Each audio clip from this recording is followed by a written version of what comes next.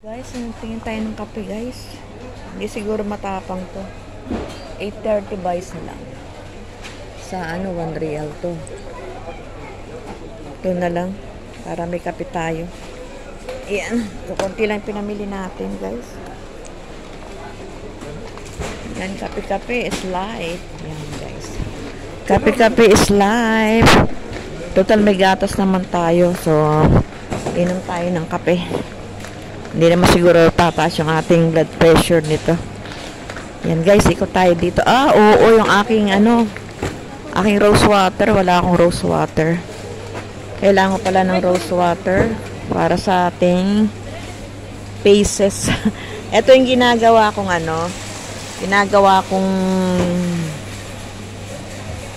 tawag ito Eskinol, yung rose water. Maganda to guys.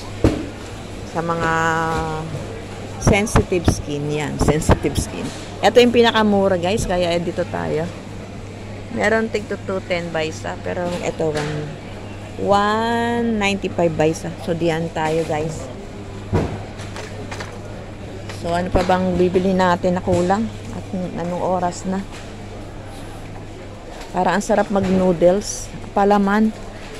Kasi minsan wala tayong palaman. Parang gusto kong magpalaman. Tingnan natin. Magkano bang palaman dito? Parang gusto ko yung peanut butter.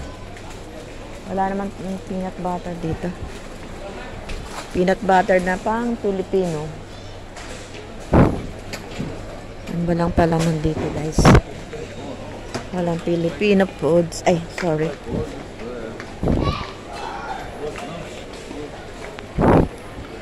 Tingin tayo dito ng Sabagay nakaano na pa yun. Pero hindi, eto mas maganda rin tong para pag pang pauwi ko pwede rin ilagay ito sa bagahe habang mag-iipon ako ng mga noodles, diba? Yan, kaya lang mayroon kayang expiration to. Tingnan nga natin,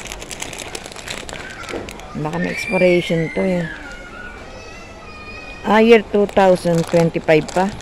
Pwede pa, pwede. Alkalid. Magkano kaya ito? Alkalidya. Ito medyo malaki-laki. Hindi ba? Para sa ganun paunti-unti meron tayong madala. Pandala natin sa Pinas. Kahit pa noodles lang guys, no? Yan. Tingin tayo dito sa kabila. Sa ganun meron tayong mabit-bit pag tayo umuwi.